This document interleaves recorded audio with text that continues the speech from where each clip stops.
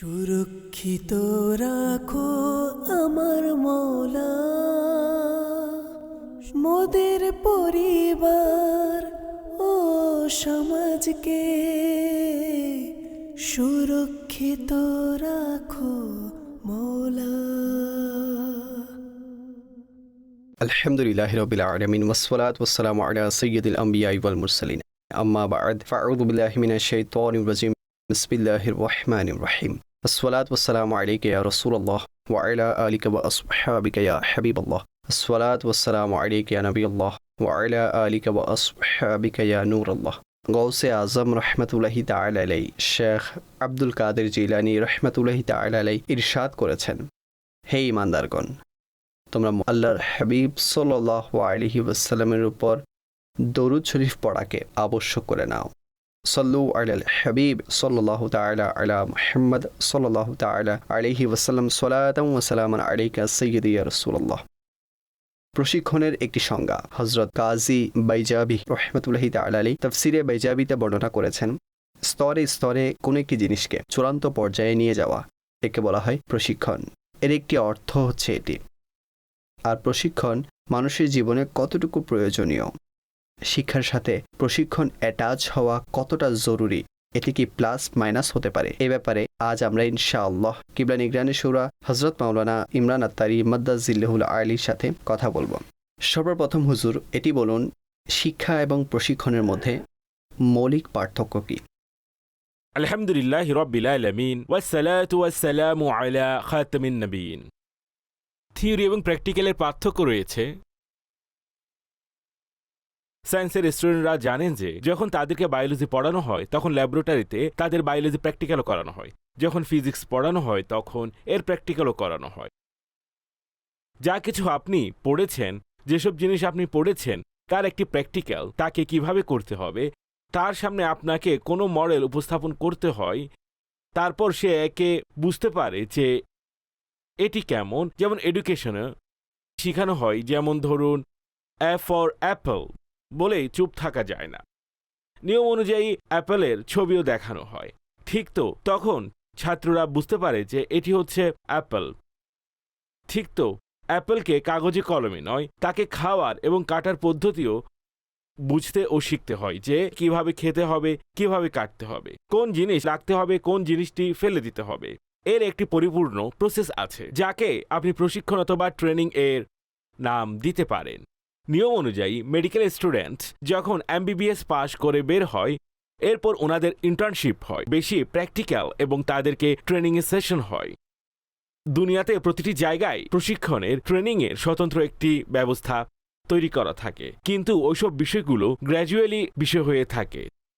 তো যদি শিশুদেরকে শুরু থেকে আমরা প্রশিক্ষণ দেই, তার এডুকেশন এবং প্রশিক্ষণ একসাথে পরিচালনা করি, তাহলে এজ ওয়াইজ পৃথক পৃথক প্রশিক্ষণের ধরন বদলাবে এবং এডুকেশনের ধরনও বদলাবে। কিন্তু উভয়টি যদি একসাথে হয় তাহলে উপকার হবে। বিনা প্রশিক্ষণে এডুকেশনের ফায়দা দেয় না, কিন্তু বিনা শিক্ষায় প্রশিক্ষণ ফায়দা দিতে পারে।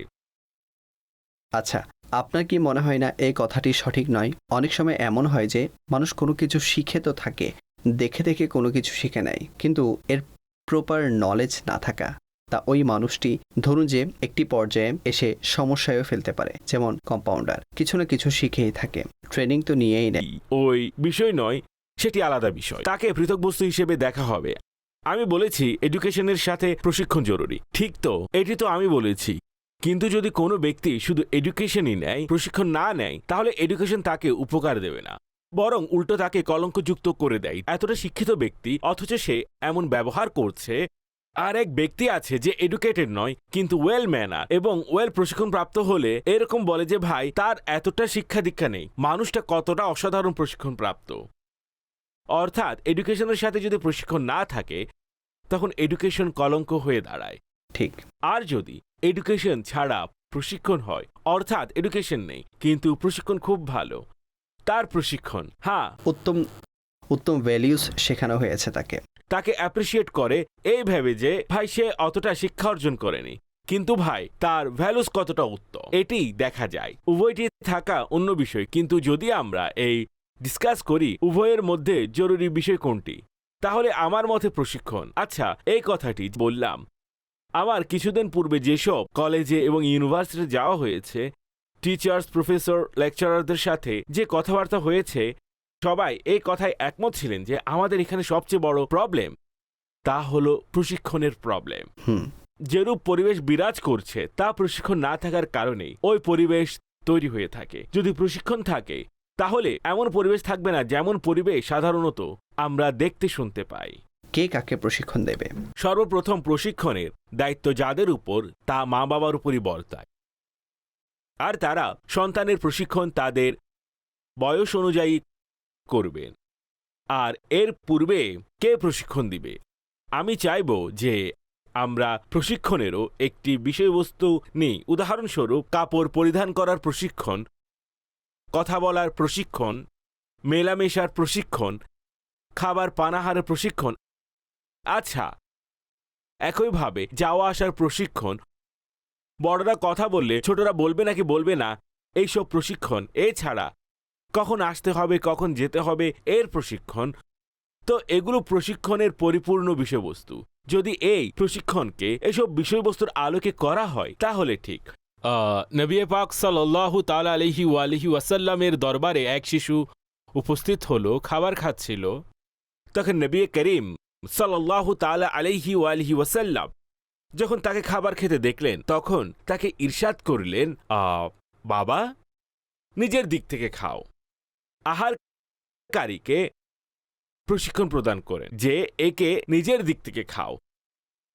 নবী পাক সাল্লাল্লাহু আলাইহি ওয়াসাল্লামের প্রশিক্ষণের এই বিভিন্ন ধরন, যুদ্ধের সময়ও প্রশিক্ষণ প্রদান করেছেন, উঠা বসার সময়ও প্রশিক্ষণ প্রদান করেছেন, পোশাক সম্পর্কেও তিনি প্রশিক্ষণ প্রদান করেছেন, রঙের ব্যাপারেও প্রশিক্ষণ প্রদান করেছেন, কোন কোন খাবার খাওয়া উচিত এবং খাওয়া উচিত নয় সে সম্পর্কেও নবী পাক সাল্লাল্লাহু আলাইহি ওয়াসাল্লাম প্রশিক্ষণ প্রদান করেছেন।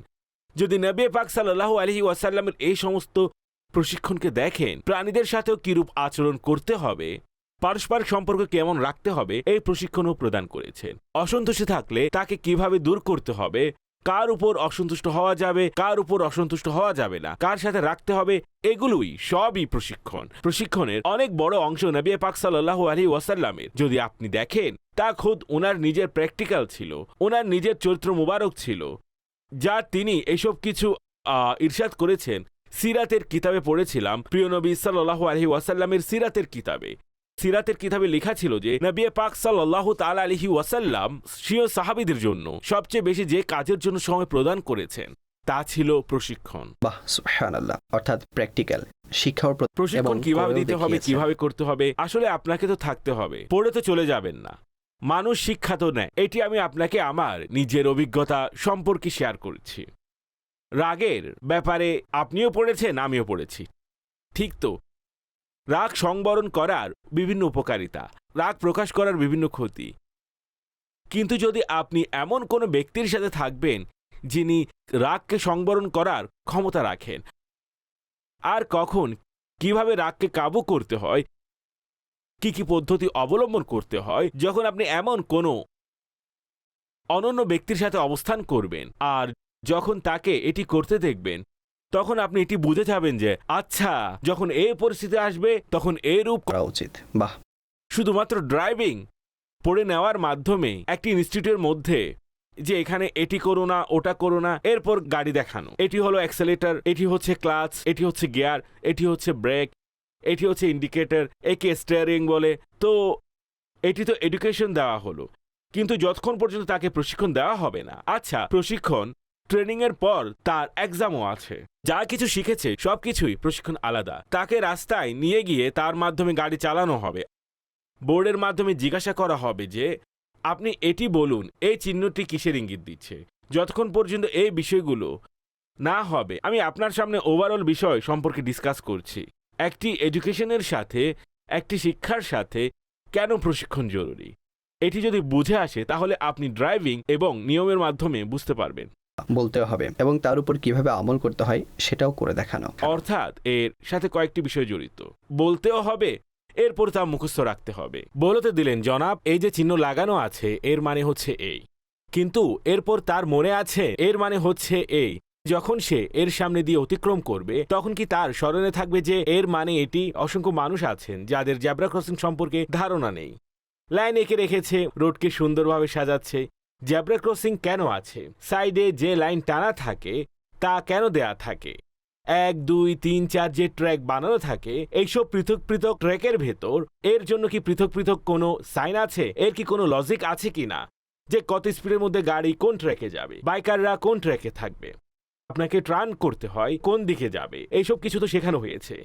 এখন প্রথমে তাকে জিজ্ঞাসা করা হবে যে যা কিছু শিখিয়েছি তা আমাদের পুনরাবৃত্তি করুন। তখন সে প্রথমে বলবে যে আপনি আমাকে এটি শিখিয়েছেন। এভাবে তার একটি ফেজ সম্পূর্ণ হলো। অতঃপর তাকে গাড়িতে বসিয়ে ছেড়ে দেওয়া যাবে না, যেভাবে মন চায় চালাও। সে যেভাবে চালাবে নিজের গাড়িরও সর্বনাশ করবে, অন্যের গাড়িরও 12টা বাজাবে, অন্য গাড়ির সাথে লাগিয়ে দিবে। এমন মনে হবে যে ডোজেন কারের সেট বানানো আছে, কোনো সড়ক বানানো নেই। তখন তার সাথে একজন ইন্সট্রাক্টর বসেন তার প্যাসেঞ্জারের সিটের মধ্যে। অতঃপর তার গাড়ি চলা শুরু করে। তখন তাকে পরিপূর্ণ প্র্যাকটিক্যাল করানো হয়। এরপর তিনি স্যাটিসফাইড হয়ে যান যে হ্যাঁ, আসলে এই সব বিষয়গুলো সে ভালোভাবে শিখতে পেরেছে। সে এখন বাহ্যিক বিষয়গুলো বুঝতে পেরেছে। তো কারের এই এক্সাম্পল দিয়ে, ড্রাইভিং এর এক্সাম্পল দিয়ে জীবনের এক্সাম্পলকে বুঝুন যে নিজের ভেতর অভ্যন্তরীণ অবস্থার প্রশিক্ষণ হওয়া উচিত, নিজের বাহ্যিক অবস্থারও প্রশিক্ষণ হওয়া উচিত। মাশাআল্লাহ, 3টি কল আছে আমাদের কাছে, নিয়ে এনেছি। জি, মা বাবা তাদের সন্তানকে স্কুলে পাঠায়, একাডেমিতে পাঠায়, এক্সট্রা টিউশন পড়ায় সন্ধ্যায়, যেন সন্তান সুশিক্ষা ও প্রশিক্ষণ পায়। কিন্তু শেষমেশ যখন রেজাল্ট আসে তখন শিক্ষকরা বলেন সুশিক্ষা ও প্রশিক্ষণ তো ঘরেই দেওয়ার প্রয়োজন ছিল। উভয়ের দায়িত্ব হচ্ছে প্রশিক্ষণ দেওয়া। নিঃসন্দেহে টিচারের দায়িত্ব হচ্ছে প্রশিক্ষণ দেওয়া এবং প্যারেন্টসেরও কাজ হচ্ছে প্রশিক্ষণ দেওয়া। প্যারেন্টসের উচিত নয় টিচারের উপর পরিপূর্ণ ডিপেন্ড করা, আর টিচারেরও উচিত নয় প্যারেন্টসদের উপর পরিপূর্ণ ডিপেন্ড করা। টিচার্সদের ইস্যু বলছি। আমাদের অনেক টিচার্স হয়তো এখন দেখছেন বা শুনছেন। টিচার্সদের উপর এই মুহূর্তে যে প্রেশার রয়েছে, কারিকুলামকে শেষ করার প্রেশার। যে কোনোভাবে আপনি কারিকুলামকে শেষ করে দিন। এখন কারিকুলাম পূর্ণ করতে হবে, মাঝখান দিয়ে ছুটি এসে যায়, অবস্থা ওলটপালট হয়ে যায়, ছাত্ররা অসুস্থ হয়ে যায়, টিচারও অসুস্থ হয়ে যান। যে কারিকুলাম আছে, কেননা ওনাকে এক্সামিনেশনের প্রস্তুতি নিতে হবে। জীবনের এক্সামিনেশন বাদ দিয়ে আমরা ক্লাসের এক্সামিনেশনের প্রস্তুতিতে অনেক সময় ব্যয় করে ফেলেছি। এখন যেহেতু ওই টিচার্সদের কারিকুলাম পূর্ণ করতে হবে, সিলেবাস শেষ করাতে হবে, এই বিষয়ে ওনাকে জবাবদিহিতার মুখোমুখি হতে হবে যে আপনি পূর্ণ করেছেন নাকি করেননি। ওনার কাছে অতটা স্পেস নেই যে 40-45 মিনিটের মধ্যে যে তিনি স্টুডেন্টকে সিলেবাসও পড়াবেন, কারিকুলামও পড়াবে এবং তাদের ট্রেনিংও দিবে। আমি আপনাদের বলছি, সালমান ভাই আমাদের একজন স্টেটের টিচার ছিলেন। আমি সায়েন্স থেকে কমার্সের দিকে গিয়েছিলাম। তো ওনার একটি স্বভাব এমন ছিল, যখন তিনি আমাদেরকে পড়াতেন, ফর এক্সাম্পল 45 মিনিটের মধ্যে আমাদের একটি ক্লাস হতো, 45 মিনিটের ছিল। 45 মিনিটের মধ্যে 40 মিনিট তিনি আমাদেরকে স্টেট পড়াতেন এবং লাস্ট 5 মিনিট তিনি বলতেন যে আউট অফ টপিকের যাই। আর তিনি আমাদের সামনে কোনো একটি এক্সাম্পল সেট করতেন, আমাদের সম্মুখে কোনো এক্সাম্পল নিয়ে আসতেন, আমাদের এক্সাম্পল দিতেন আর বলতেন যে জীবন এভাবে কাটানো উচিত। তিনি এডুকেশনের পাশাপাশি আমাদেরকে কিছু প্র্যাকটিক্যাল বিষয়ও শেখানো শুরু করেন। একইভাবে আমাদের ফিজিক্সের এক স্যার ছিলেন, সায়েন্সের কথা বলছি। একইভাবে আমাদের অ্যাকাউন্টিংয়ের স্যার ছিলেন।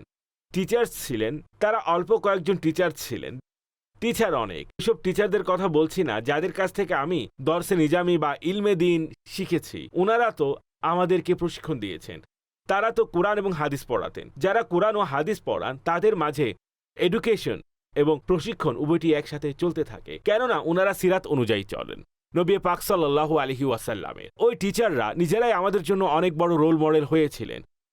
ওনারা তো সম্পূর্ণ ভিন্ন, সেটি লাইফের আলাদা একটি দিক যেখানে আমি শিক্ষা নিয়েছি। কেননা আপনারা যাকে জামিয়া বলেন, আমি সেই লাইফও কাটিয়েছি আর কলেজ ইউনিভার্সিটির লাইফও আমি অতিবাহিত করেছি। যদি আমার কলেজে দেখি তো কম টিচার ছিলেন যারা আমাদেরকে এডুকেশন অর্থাৎ কারিকুলামের পাশাপাশি, সিলেবাসের পাশাপাশি প্রশিক্ষণের দিকটিও ওনারা আমাদেরকে প্রদান করতেন। অন্যথায় অধিকাংশ টিচার চক হাতে থাকতো, সেটাকে ছুঁড়ে মারতেন। কি করছো, দেখছো না, পড়ছো না কেন, বোর্ডে তাকাও, এইসব বিষয়গুলো হতো। মারপিটের মাধ্যমে ক্লাস গরম রাখতেন, প্রেশারের মাধ্যমে ক্লাস নিতেন। কিন্তু আমার মনে রয়ে গেছে ওইসব স্যার, আমাদের ওইসব টিচার যারা আমাদেরকে এইভাবে কারিকুলামের পাশাপাশি এই সমস্ত বিষয়গুলো পড়াতেন। আজও আমার ওইসব এক্সাম্পল মনে আছে। টিচাররা আমাদেরকে যেসব এক্সাম্পল দিতেন, আর একইভাবে পজিটিভ এবং নেগেটিভ সাইডও আসে। আমি আপনাকে প্লাস মাইনাসের একটি এক্সাম্পল দিচ্ছি, চলুন, যা আমাদেরকে একবার স্ট্যাটিস্টিকের টিচার এই এক্সাম্পল আমাদেরকে শিখিয়েছিলেন। ওই সময়ের কথা যখন আমি ইন্টার ফার্স্ট ইয়ার বা সেকেন্ড ইয়ারের স্টুডেন্ট ছিলাম। আমি দাওয়াত ইসলামীতে আসিনি ওই টাইমে, ঠিক আছে। তিনি আমাদেরকে একটি এক্সাম্পল দিয়েছিলেন। তার যে ক্লাস ছিল তার শেষ 2-3 মিনিটে তিনি বলেছিলেন এক ব্যক্তি রাস্তা দিয়ে যাচ্ছিলেন, আর তার সামনে দিয়ে দ্রুত গতিতে কার চলে গেল। সে রোদের মধ্য দিয়ে যাচ্ছে, ঘাম ঝরছে, দ্রুত গতিতে কার গেল, আর তার কাপড় চোপড় দুলে যাচ্ছে।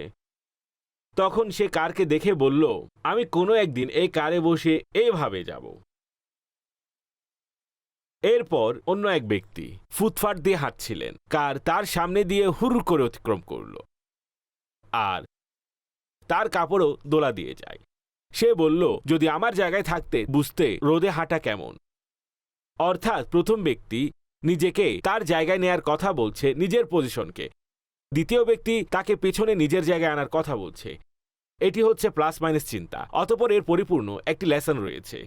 তো এটি ওই সময়ের এক্সাম্পল ছিল যখন আমরা দাওয়াত ইসলামীতে ছিলাম না। ওই সময় এক্সাম্পল এমনই হবে।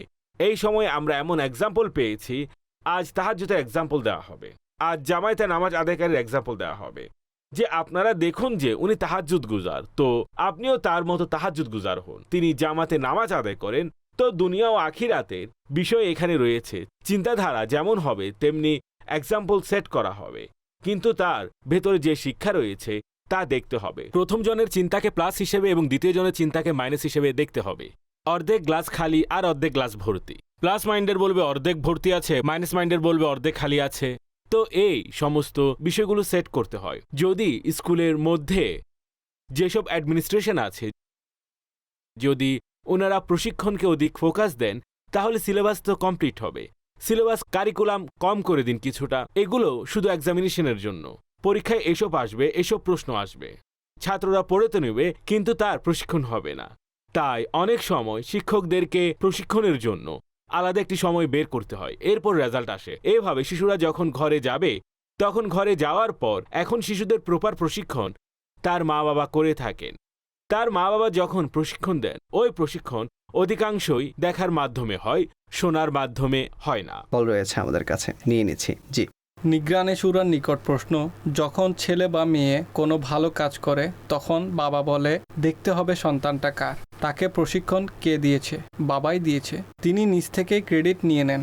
আর এই ছেলে বা মেয়ে যদি কোনো ভুল কাজ করে বসে তখন বলে তার মা তাকে কিছুই শেখায়নি, যদি শেখাতো তাহলে এই অবস্থা হতো না। অর্থাৎ যে ভালো বিষয় আছে তা বাবার দিকে নিয়ে যাচ্ছে আর মা বেচারি অবহেলিত। তো এই বিষয়ে দিক নির্দেশনা দিন যে সঠিকভাবে কে প্রশিক্ষণ দিতে পারে, বাবা নাকি মা। আসলে আমাদের পুরুষদের একটি অভ্যাস রয়েছে। আমরা শিশুদেরকে যখন কোলে বসাই, শিশু যদি প্রস্রাব করে দেয়, আরে নাও নাও নাও, নিয়ে যাও নিয়ে যাও। অর্থাৎ সে যতক্ষণ খেলেছে, হাসছে, কথা বলছে, আব্বু আব্বু করছে, ততক্ষণ তো খুব ভালো লাগে। যখনই কান্নাকাটি শুরু করে দেয়, যখনই কিছু করে বসে, তাকে উঠিয়ে মায়ের কোলে দিয়ে দেই। তাদের অবস্থা হলো ভালো হলে আমার দিকে, একটু 19-20 হলে তাহলে সে মায়ের দিকে। পুরুষদের নারীদের বিপরীতে সম্ভবত এই বিষয়ে যে টেম্পারামেন্ট আছে তা নারীদের মত নয়। যতটা ঘরের নারীদের থাকে, সেই ক্ষেত্রে যতটা সহ্য সবর করে বাচ্চাদের ব্যাপারে, অর্থাৎ সারাদিন বাচ্চারা যেরূপ দুষ্টমি শোরগোল করে থাকে সেই সব দুষ্টামি করে। আর যখন আমরা ঘরে ফিরি, আপনি এমন অনেক পুরুষ পাবেন, ভাই তাকে চুপ করাও তো, ভাই চুপ তো করাও। আর ওই বেচারি তাকে সারাদিনই চুপ তো করাচ্ছিল। আমরা আধা 1 ঘন্টা বাচ্চার শোরগোল সহ্য করতে পারি না, তিনি সারাদিন সহ্য করেন। এমনকি অনেক সময় বাচ্চা রাতে কান্না করে, তখন তিনি রুম থেকে বাহিরে নিয়ে চলে যায়, যেন উনার ঘুম নষ্ট না হয়। তার বাবা সকালে কাজে যাবে, অথচ বাচ্চার বাবার পূর্বে তাকেই উঠতে হবে, তাকে রুটি বানাতে হবে, তাকে সব কিছু করতে হবে। তাই যদি শুধু এই কম্প্যারিজনে যান, তখন নারীদের এরকম অনেক নারীদের এই ক্যারেক্টার তার এই যে চারিত্রিক দিকটি, এটি খুবই এক্সক্লুসিভ একটি বিষয়। এখন এটি ভাবুন যে মা কেন বা প্রশিক্ষণ দিবে না তার বাচ্চাকে। তিনি কি করে চাইবেন যে আমার বাচ্চা দুষ্টু হোক, কেননা সবচেয়ে বেশি তাকে সহ্য করতে হবে। নারীরা তাদের বাচ্চার প্রশিক্ষণের ক্ষেত্রে কোন ধরনের ত্রুটি রাখবে এটি সঠিক নয়। কিছু কিছু হন যাদের প্রশিক্ষণের অক্ষরটাও জানা নেই, না তারা বাচ্চাদের পোশাকের বিষয়ে খেয়াল রাখতে পারে, না তাদের পানাহারের বিষয়টি খেয়াল রাখতে পারে, না তাদের আদব সম্মান শেখানোর বিষয়টি খেয়াল রাখতে পারে। তারা ভিন্ন লোক, কিন্তু সম্ভবত তাদের সংখ্যা অত বেশি নয়। তবে আমাদেরকেও তো আমাদের মায়েরা বড় করেছেন, আপনাকেও আপনার মা বড় করেছেন। ওই স্টেজে যার মধ্যে বাচ্চারা বেশি ইস্যুর সম্মুখীন হয়, এটি তো ওই টাইম যখন তাদের অ্যাটাচ তাদের মায়ের সাথে হয়। তাই বাস্তবে এটি উভয়ের কাজ। মা তো নিজ দায়িত্ব যেখানে আদায় করার করেছে, কিন্তু বাবাকে এসেও দায়িত্ব পালন করতে হবে। একে অপরের উপর ব্লেম করার কোনো প্রয়োজন আমার মতে নেই। যদি খারাপ অভ্যাস হয় তাহলে মায়ের দিকে গিয়েছে, ভালো অভ্যাস হলে বাবার দিকে গিয়েছে। না, এই ব্লেম করা উচিত নয় একে অপরের উপর। এই যে বাচ্চা ভালো তাই বাবার মতোই, হাসি খুশি থাকলে তখন বাবার মতো, আর কাঁদতে কাঁদতে মুড খারাপ করে ফেললে তখন বলে সে মায়ের মতো কাঁদছে। এই বিষয়গুলো ঠিক নয়। এর ফলে আপনাদের পরস্পরের সম্পর্ক নষ্ট হয়ে যাবে।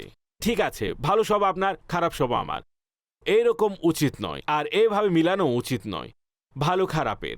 ভালো হলে বাবা মা উভয়ের জন্যই ভালো, খারাপ হলে বাবা মা উভয়ের জন্য কষ্টের কারণ হবে। তাই বাবাও নিজ সন্তানের প্রশিক্ষণের জন্য ঘরে এসে সময়টা দেওয়া খুবই জরুরি। তাকে নিয়ে বসুন, তার সাথে কথাবার্তা বলুন। তার প্রশিক্ষণের জন্য আপনার কাছে কিছু না কিছু প্রস্তুত রাখুন। কিতাব ও রিসালা পড়ুন যে কিভাবে তা করতে হয়। আলা হযরত আলাইহি রাহমা সন্তানের প্রশিক্ষণ সম্পর্কে যে মাদানী ফুল প্রদান করেছেন, তিনি 1, 2, 3 করে আমার মতে যদি বাচ্চাদের ব্যাপারেও দেখেন, সেখানে 75-এর উপর পয়েন্ট আছে। 75-এর উপর পয়েন্টস আছে। মা বাবার পড়া উচিত এবং মা বাবা সে অনুযায়ী সন্তানকে প্রতিপালন করা উচিত এবং নিজ সন্তানের হকও আদায় করা উচিত। কল। হুজুর, আমার প্রশ্ন হচ্ছে, ইমাম মসজিদের মুসল্লিদের কিভাবে প্রশিক্ষণ দিতে পারেন? ওয়াজ ও নসিহতের মাধ্যমে করা যেতে পারে এবং প্র্যাকটিক্যাল ভাবে করা যেতে পারে। অর্থাৎ ইমাম সাহেবের জন্য এটি উত্তম হচ্ছে তিনি সুন্নতে কাবলিয়াও নিজে মুত্তাকিদের সামনে এসে আদায় করবে। অতঃপর এরপর বসুন, জিকির আজকার করুন, আগত মুসল্লিদের কিছু না কিছু প্রশিক্ষণের ব্যবস্থা করুন নিজের বয়ানের মাধ্যমে। যেহেতু মানুষ ওনার বয়ান শোনেন, তাই জুমাতে আলোচনার বিষয়বস্তু খুব প্রশিক্ষণমূলক ও প্র্যাকটিক্যাল রাখুন, যার মাধ্যমে তাদের ব্যক্তিগত এবং পারিবারিক সামাজিক জীবনে ইসলামী নিয়মকানুন, ইসলামী পদ্ধতি বাস্তবায়ন হয়। এছাড়াও ওনার যেই সব মুত্তাকি আছেন, আমি যখন প্রথম দাওয়াত ইসলামীতে এসেছিলাম, তখন এক মসজিদে আমি নামাজ পড়তাম। সেখানকার ইমাম সাহেবের একটি স্বভাব ছিল, তিনি আসরের নামাজের পর বসে থাকতেন, আসরের নামাজ পড়তেন এবং তসবিহ তাহলিল পড়ে বসে থাকতেন। আমি উনার সাথে অনেকটাই অ্যাটাচ হয়ে গিয়েছিলাম। তিনি বসে থাকতেন, এমনকি সকল মুত্তাকি অথবা 2-1 জন বাদে 2-4 জন ব্যতীত যারা এসে নামাজ পড়ত, প্রায় সকল মুসল্লি মসজিদ থেকে চলে যেতেন আসরের নামাজ পড়ে।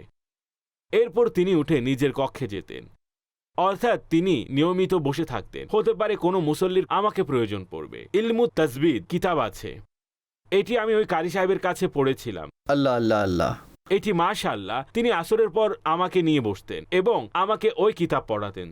তো এই ধরনের কিছু ইমাম ইসলামী ভাইদেরকে দেখেছি, তারা যখন বসে মুসল্লিদের প্রশিক্ষণের পরিবেশ তৈরি হয়ে যায়। মারহাবা, জি কল। আজকাল প্রশিক্ষণের ক্ষেত্রে এ বিষয়টি দেখা যায় যে আমরা বাচ্চাদেরকে কোয়ালিটিফুল টাইম দেই না। 1 বছরের বাচ্চার হাতেও মোবাইলে কার্টুন চালিয়ে দিই। যখন ওই বাচ্চা 3 বছরের হয়ে যায়, তখন সে ABC সবই কাউন্ট করতে জানে। আর মা বাবাকেও এটি বলতে শোনা যায় যে আমরা তাকে এভাবেই প্রশিক্ষণ দিয়েছি। আসল প্রশিক্ষণ যেটি, তা হচ্ছে যে উত্তম শিক্ষা ও প্রশিক্ষণ। বর্ণনা এসেছে তাকে দিন শিখানো, ইসলামী শিষ্টাচার শেখানো, ম্যানার্স অফ ইসলাম যাকে বলা হয়, ওই বিষয়গুলো খুব ইম্পর্টেন্ট, তা শিখাতে হবে। আপনার প্রথম দায়িত্ব এটাই ছিল সন্তানকে ওই বিষয়গুলো শিখানো যা রাসূল পাক সাল্লাল্লাহু আলাইহি ওয়াসাল্লাম এর সিরাতে পাক থেকে আমরা শিখেছি। একজন মুসলমান তার সন্তানকে রাসূল পাক সাল্লাল্লাহু আলাইহি ওয়াসাল্লামের প্রকৃত গোলাম বানায়, আহলে বায়তের প্রকৃত আশিক বানায়, সাহাবায়ে কিরামের প্রকৃত আশিক বানায়। তারা ওনাদের জীবনাচরণ শিখান। আজ দুর্ভাগ্যবশত আমাদের সমাজে ফ্যামিলির মধ্যে বাচ্চাদেরকে ওয়েস্টার্ন কালচার শেখানো হয়, তার প্রশিক্ষণের নাম দেয়া হয়েছে। ইসলামী কালচার শিখানোর তৎপরতা খুবই কম দেখা যায় বর্তমানে। আসল প্রশিক্ষণ হচ্ছে শিক্ষা ও প্রশিক্ষণ। তা হলো রাসূল পাক সাল্লাল্লাহু আলাইহি ওয়াসাল্লামের সিরাত থেকে আমরা পেয়ে থাকি, যেটির সম্পর্ক বাহ্যিক গুণাবলীর সাথে হোক, বাহ্যিক চালচলনের সাথে হোক, তার সম্পর্ক বাতেনি অভ্যাসের সাথে হোক। অর্থাৎ অভ্যন্তরকেও কিরূপ পাক পবিত্র পরিষ্কার রাখতে হবে এই প্রশিক্ষণ দেওয়া, বাহ্যিককেও কতটা পবিত্র পরিষ্কার পরিচ্ছন্ন রাখতে হবে এটিরও প্রশিক্ষণ দেওয়া আবশ্যক। এই বিষয়টি খুবই জরুরি। জি কল।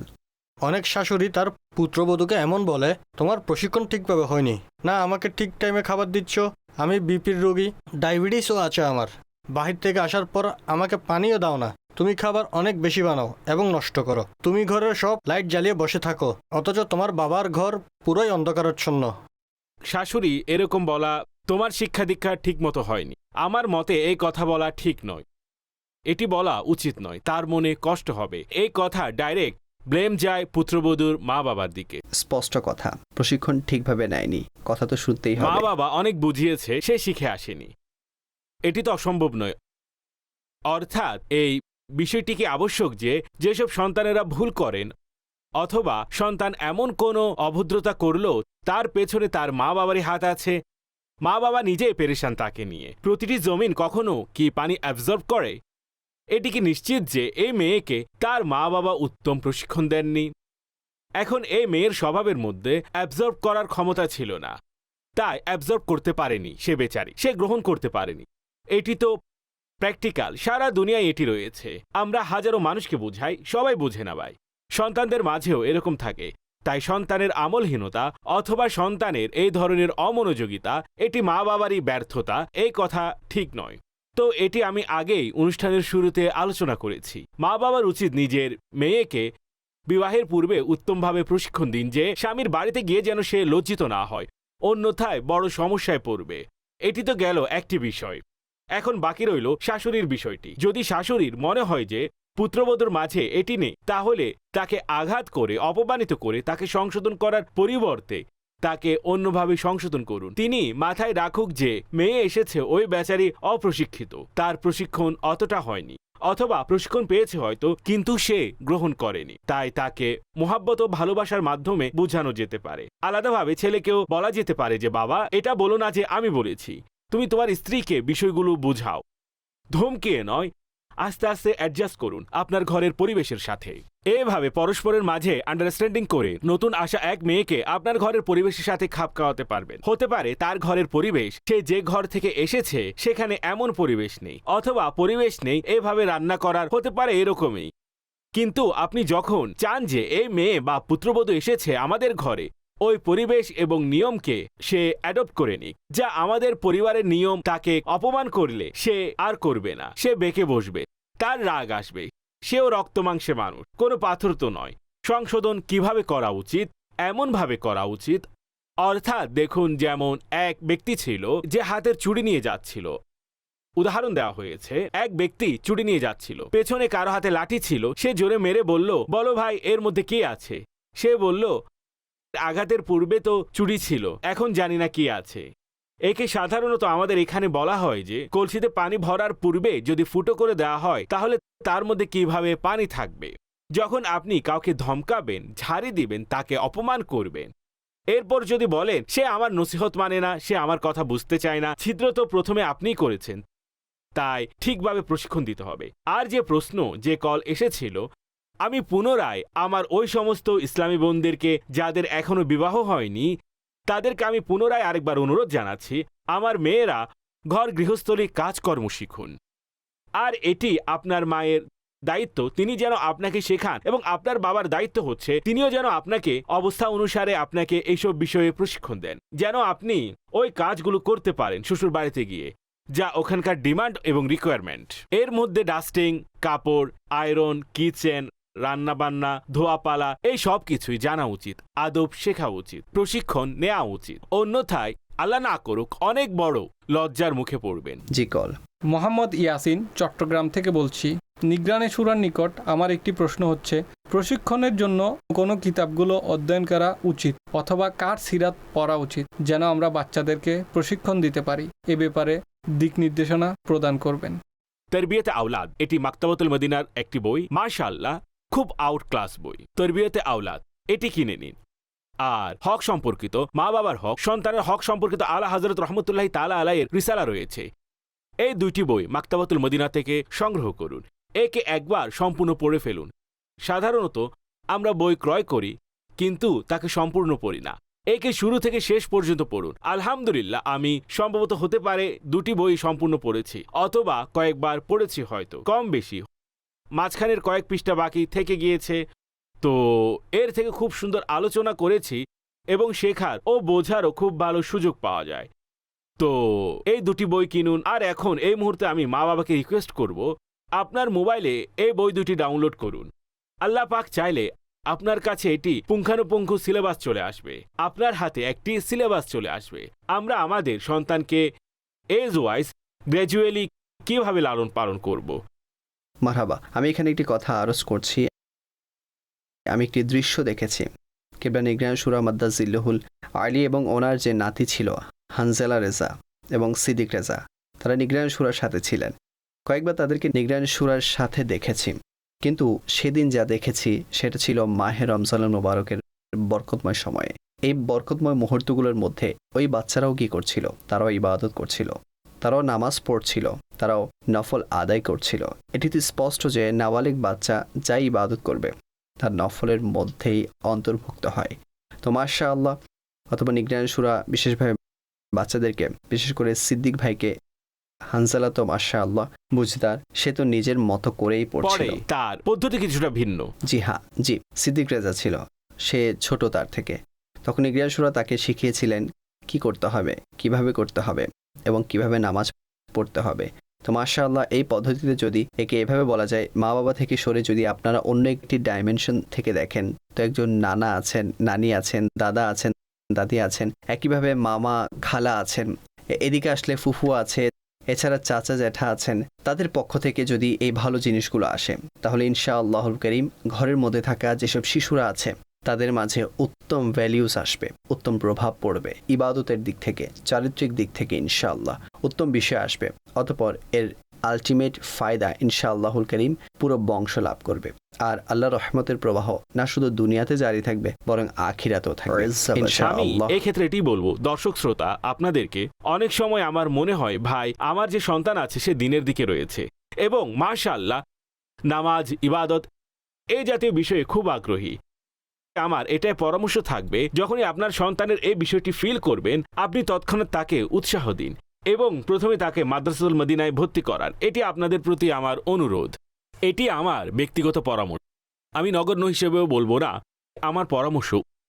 উদাহরণস্বরূপ আপনার সন্তানের বয়স 7-8 বছর আর আপনি দেখছেন যে এই বাচ্চা মাশাআল্লাহ দিনের দিকে তার ঝোঁক রয়েছে, তখন আপনি তাকে প্রথমে মাদ্রাসাতুল মদিনায় ভর্তি করিয়ে দিন, হিফজে ভর্তি করান। এটি আমার পরামর্শ যে ইনশাআল্লাহ আশা করা যায় 12-13 বছরের মধ্যেই কোরআন শরীফ সম্পূর্ণ করবে। সব সম্পূর্ণ করে 12-13 বছর বয়স হয়ে গেলে তাকে জামিয়াতুল মদিনাতে ভর্তি করিয়ে দিন, দারসে নিজামিতে।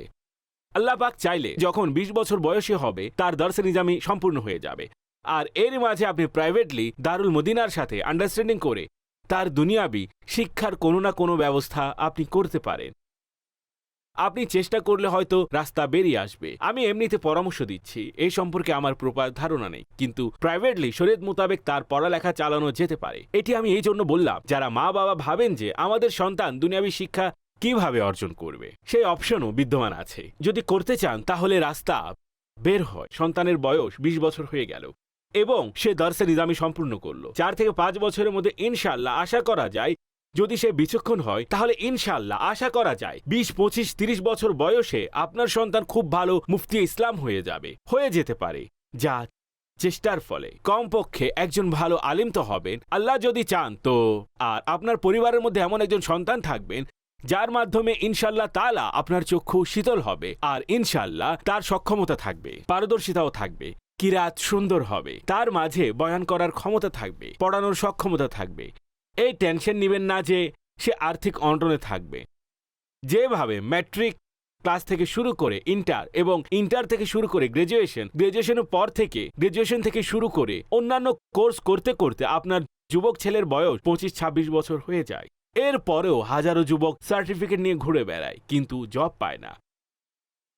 24-25 বছর পর্যন্ত যে সমস্ত যুবক আমার কথা শুনছেন, হয়তো যারা বসে আছেন অথবা সাধারণ জব পেয়েছেন, ব্যাস ভাই আর কি করব, যা চেয়েছিলাম তা হয়নি, শুধুমাত্র একদিকে শিক্ষা নিয়েছি, এক্সপেরিয়েন্স চাই।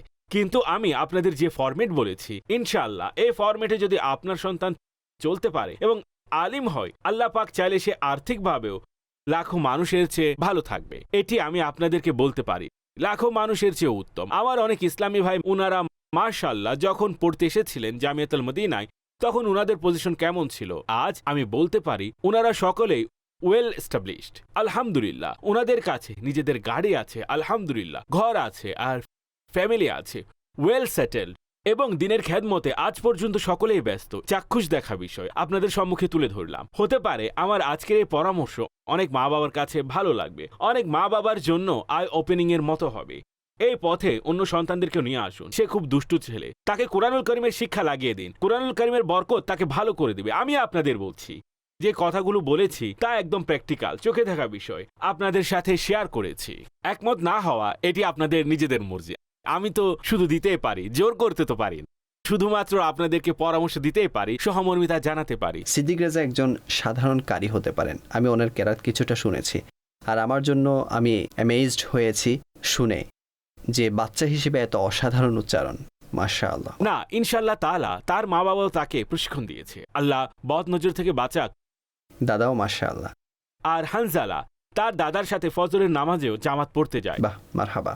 তাদের ঘরে দ্বীনি পরিবেশ রয়েছে, এই জন্য আল্লাহর শুকরিয়া। কিন্তু আমির আহলে সুন্নাত যখন আলোচনা করেছিলেন ওইদিকে হাসান রেজা সম্পর্কে, মাশাআল্লাহ খুব সুন্দর কথা, ঠিক আছে, মোটিভেশনও পাওয়া যায় বাচ্চাদের ব্যাপারে শুনে, কিন্তু ভয় হয় যে যেন বদ নজর না লাগে, যেন নজর না লাগে, আল্লাহ রক্ষা এইসব করুন। বিষয় রয়েছে। তা আজকের তারিখ পর্যন্তই রয়েছে, কাল তাদের তকদিরে, কাল নসিবে কি হয় আমরা জানি না। আল্লাহ পাক আমাদের সন্তানকে দিন ইসলামের রাস্তায় কবুল করে। আমিন। সকলে এই দোয়া করুন, হে আল্লাহ, সে আমার সন্তান, মাওলা তুমি কবুল করে নাও, সে যেন তোমার দিনের জন্য ওয়াকফ হয়ে যাক, তোমার দিনের কাজে আসুক। নিজের চিন্তা ভাবনা এমন বানিয়ে ফেলুন, আমার সন্তান আল্লাহ রাস্তায় চলে যাক, দিনের কাজে লেগে যাক, কিয়ামতের দিন দেখা হবে সন্তানের সাথে। সম্পদ, সন্তানকে সম্পদ বানান, এর চেয়ে ভালো ক্যাপিটাল আপনার কাছে কি আছে? সন্তান ব্যতীত যদি তাকে আখিরাতের সম্পদ না বানান, তাহলে আর কাকে বানাবে? ঠিক বলেছেন। সাল্লু আলাল হাবিব সাল্লাল্লাহু তাআলা আলা মুহাম্মদ। সুরক্ষিত রাখো আমার মৌলা মোদের পরিবার ও সমাজকে, সুরক্ষিত রাখো মৌলা।